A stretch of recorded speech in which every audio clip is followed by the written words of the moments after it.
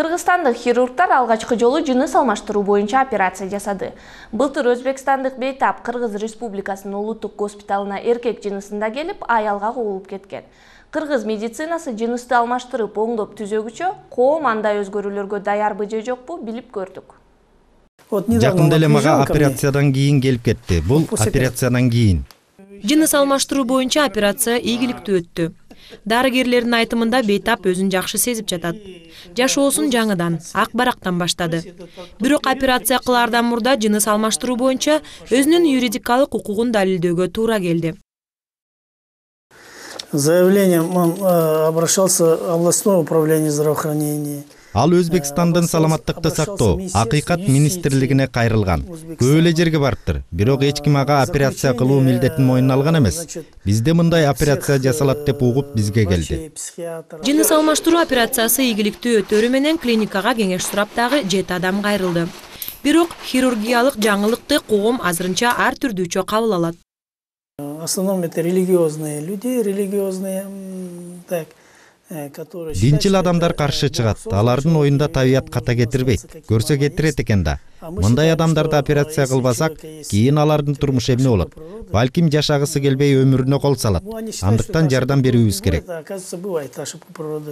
И если при наличии аномалии развития, естественно, мы должны этот вопрос устранять. Жыныс алмаштыруунун бардык абалын өткөн кыргызстандыктар да бар.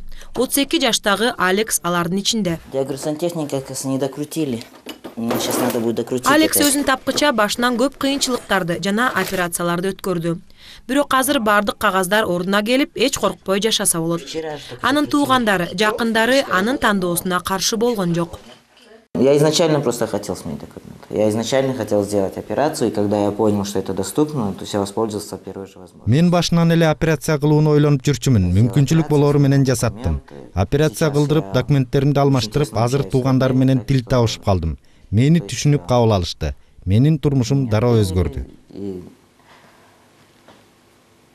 Я могу сказать, что моя жизнь очень сильно изменилась. Дүйнөдө сексуалдык азчылыктын укуктары чоң колдоого алынганы менен кыргыз коомчулугунда жыныстык касиети боюнча дискриминация дагы деле бар деп айтышат адистер.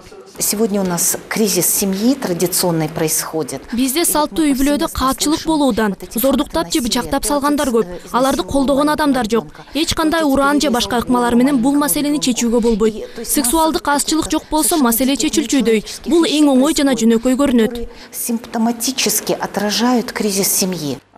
Human Rights Watch эл аралык уюму жакында эле гей бисексуал адамдарды укук коргоо органдары тарабынан кордоо фактыларын басып чыгарды.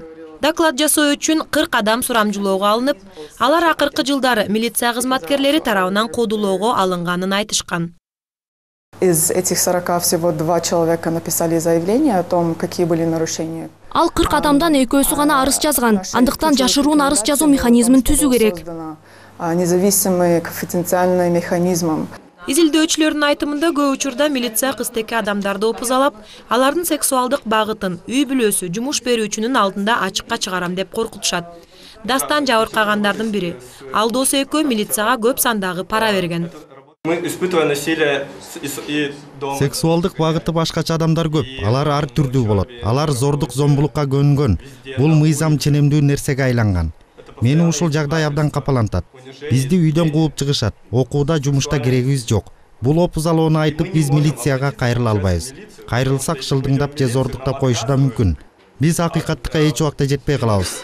Конституция тарабынан кепилденген коргоону эч жерден ала албайбыз.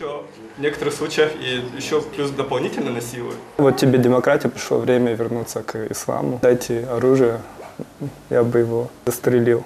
Азыр Дастан өзүнүн сексуалдык багыты жөнүндө ачык айтууда.